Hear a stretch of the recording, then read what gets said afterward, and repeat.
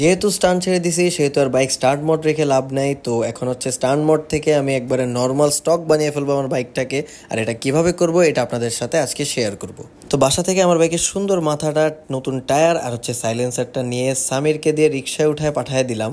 শুরুতে এই বোর্ডটা খুলে ফেলছি। আর বাইকটা যখন স্টার্ট মোড করছিলাম তখন সবচেয়ে বড় ভুল করছিলাম যে আমার বাইকের যত ধরনের তার ছিল সবগুলো আমি কাইটা ফালাই দিছিলাম। এটার কারণে আমার অনেক ভুগতে হবে, আর কি ভুগতে হবে এটা আমি ভিডিওতে আপনাদের সামনে জানাই দিচ্ছি। তারপরে আমার বাইক থেকে এক্সস্টটা খুলে ফেলছি এই পাইপিং সহ সাইলেন্সার লাগানোর জন্য।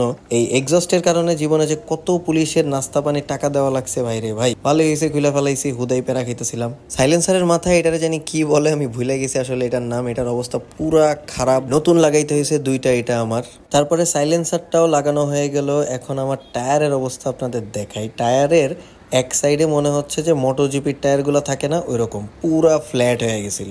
বাইক অলমোস্ট স্টক করা শেষ। বাকি যেসব জিনিস, হুইলি বার, তারপরে এই যে ফুট প্যাক, এগুলো আমি আপাতত খুলবো না, এগুলা থাক, এগুলা আস্তে আস্তে পরে খুলবো, কারণ এখন খুললে অনেক ভেজাল হয়ে যাবে। টায়ারটা আজকে লাগানো হয় নাই, কারণ হচ্ছে আজকে শুক্রবার, জুম্মার নামাজ আছে, তাই আমরা একটুকি কাজ করছি। মোটামুটি বাইক স্টক হয়ে গেছে আমার। তো বাইক এখন স্টক হয়ে গেছে এমন দেখতে লাগতেছে। আর যে জিনিস নিয়ে সবচেয়ে বেশি ভুগবো সেটা হচ্ছে আমার মিটারে কোনো লাইন নাই। পাকনামির ফল ভুগতেছি, আর কিছুই না। নেক্সট ভিডিওতে আমি আপনাদের হচ্ছে বাইকের জন্য শপিং করব, ওইটার ভিডিও আসবে। সো গাইস, দেখা হবে নেক্সট ভিডিওতে। সবাইকে আল্লাহ হাফেজ, আসসালামু আলাইকুম।